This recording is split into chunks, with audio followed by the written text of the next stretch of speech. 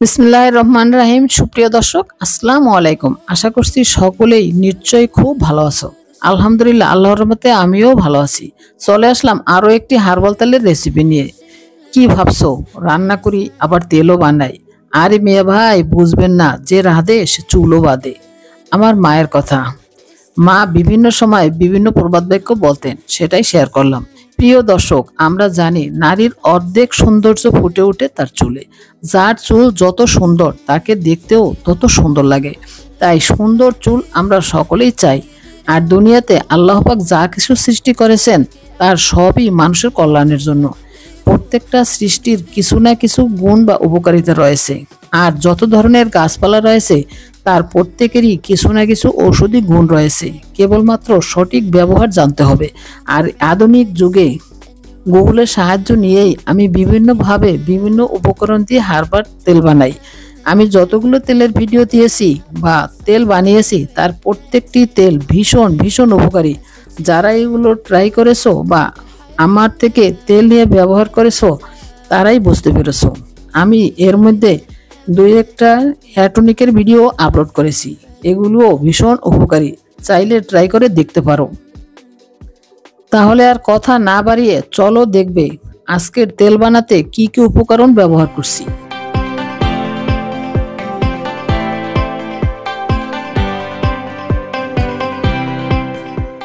এখানে প্রথমেই নিয়েছি কারি পাতা গুঁড়া। কারি পাতা চুলকে অকালপক্কতা থেকে রক্ষা করে, চুলকে সিল্কি ও চকচকে করে তুলতে সাহায্য করে।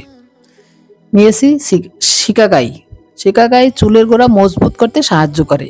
নিয়েছি শ্বেতকাকড়া, এটা জটামাংসী গুঁড়া। জটামাংসীতে প্রচুর পরিমাণ ভিটামিন সি রয়েছে, এটা চুলকে ঘন কালো ও হেলদি করতে সাহায্য করে। আমি এইগুলোর গুঁড়ো নিয়েছি, আপনারা চাইলে আস্তটাও ব্যবহার করতে পারবেন।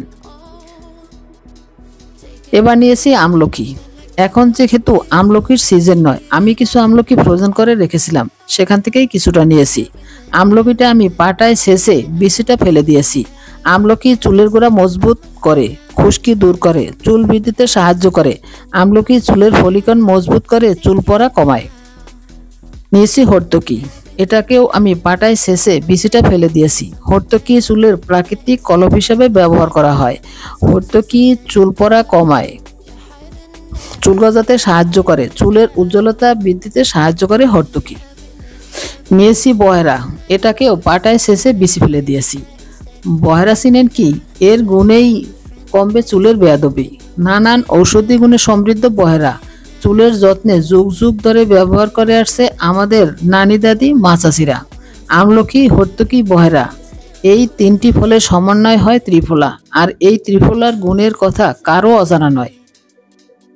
এটি অ্যালোভেরা। অ্যালোভেরা নানান গুণে গুণান্বিত একটি ঔষধি গাছ। এটা আমরা মাথার বা চুলের যত্নে ও ত্বকের যত্নে ব্যবহার করে থাকি। আর শরীরকে সুস্থ রাখতে আমরা খেয়েও থাকি। অ্যালোভেরা চুলকে ময়শ্চারাইজ ও হাইড্রেটিং করতে সাহায্য করে। এটি চুলের বৃদ্ধিতে সাহায্য করে, খুশকি দূর করে, চুলকে ক্ষতির হাত থেকে রক্ষা করে। মেথি। মেথি নানান ঔষধি গুণে সমৃদ্ধ। মেথি চুল পড়া কমায়, চুলকে কন্ডিশন করে।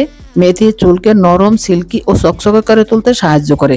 আমি 1 টেবিল চামচ মেথি 2 ঘন্টা ভিজিয়ে রেখে পাটায় আধা ভাঙা করে নিয়েছি, মিহি পেস্ট করিনি। নিয়েছি রসুন। রসুন মাথার ত্বক সুস্থ রাখে, খুশকি থেকে রক্ষা করে, চুলকে হেলদি রাখতে সাহায্য করে। নিয়েছি দূর্বা ঘাস। দূর্বা ঘাস প্রাকৃতিক ঔষধি গুণে সমৃদ্ধ। প্রাচীন কাল থেকে হঠাৎ কোনো জায়গায় কেটে গেলে বা ক্ষত স্থানে দূর্বা ঘাসের রস ব্যবহার করা হতো। দূর্বা ঘাস মাথার ত্বককে সুস্থ রাখতে, চুল হেলদি রাখতে সাহায্য করে। নিয়েছি নিম পাতা। নিম পাতাও প্রাকৃতিক ঔষধি গুণে সমৃদ্ধ। নিম পাতা মাথার খুশকি দূর করে, মাথায় কোনো ক্ষত বা মাথার ত্বকে কোনো চর্মরোগ থাকলে সেটা সারাতে সাহায্য করে। নিয়েছি মেহেদি পাতা। মেহেদি পাতা চুলের উজ্জ্বলতা বাড়ায়, চুলকে কন্ডিশন করে, চুলের রুক্ষতা দূর করে, চুলকে চকচকে করতে সাহায্য করে। নিয়েছি কালো মেঘের পাতা। কালো মেঘের পাতা চুলের জন্য ভীষণ উপকারী। এর লতা পাতা সবই চুলের জন্য উপকারী, তাই আমি পুরা গাছ সহ নিয়েছি। এতে রয়েছে ভিটামিন এ ও সি। কালো মেঘের পাতা চুলের গোড়া মজবুত করে, চুলের রুক্ষতা দূর করে, চুলকে করে তোলে ঘন, কালো ও মজবুত। নিয়েছি জবা ফুলের পাতা। জবা গাছের ফুল ও পাতা দুটোই চুলের জন্য উপকারী। চুল পড়া রোধ করে, চুলের ফলিকন মজবুত করে, স্ক্যাল্পে রক্ত সঞ্চালন বৃদ্ধি করে। এটি চুলের প্রাকৃতিক জেলা ধরে রাখতে সাহায্য করে। নিয়েছি আলমন্ড অয়েল। নিয়েছি ভিটামিন ই ক্যাপ। লাগবে নারকেল তেল, আর লাগবে সরিষার তেল। এবার একটা পাতিল নিয়ে তার মধ্যে প্রথমে সমস্ত পাতাগুলো এভাবে ছোট ছোট করে কেটে দিতে হবে। প্রথমে দূর্বা ঘাস কেটে নিচ্ছি। এবার নিম পাতাগুলো কেটে নিচ্ছি।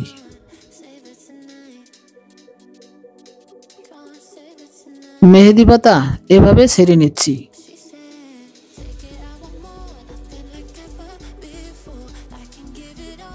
কালো মেঘের পাতা লতা সহ কেটে নিতে হবে।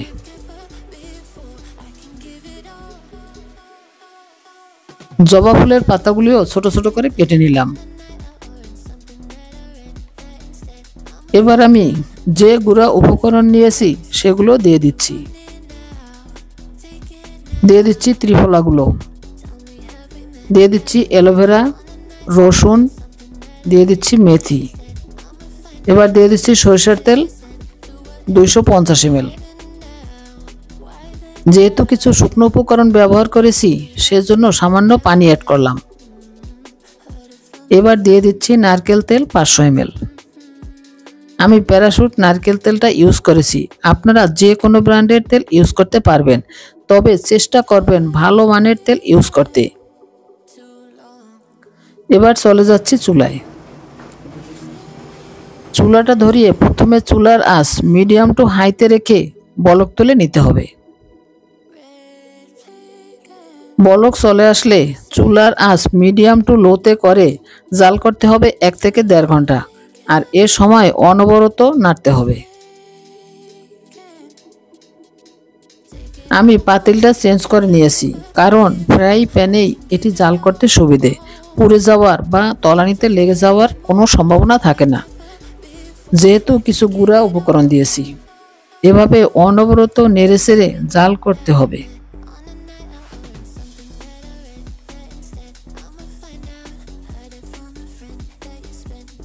প্রায় 1 ঘন্টা জাল করার পর এরকম হয়েছে। এখনো হয় নাই, আরো জাল করতে হবে 25 থেকে 30 মিনিট।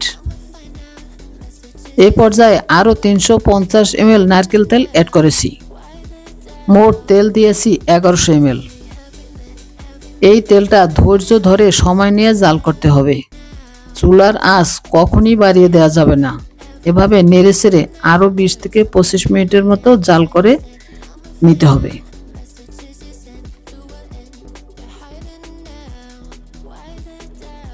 বিশ 25 মিনিট জাল করার পর আমার তেলটা একদম হয়ে গেছে। আমি এবার চুলাটা বন্ধ করে দিচ্ছি। একটা বোলের উপর ছাঁকনি দিয়ে তার উপর একটা পাতলা সাদা কাপড় দিয়ে তেলটা ছেঁকে নিচ্ছি।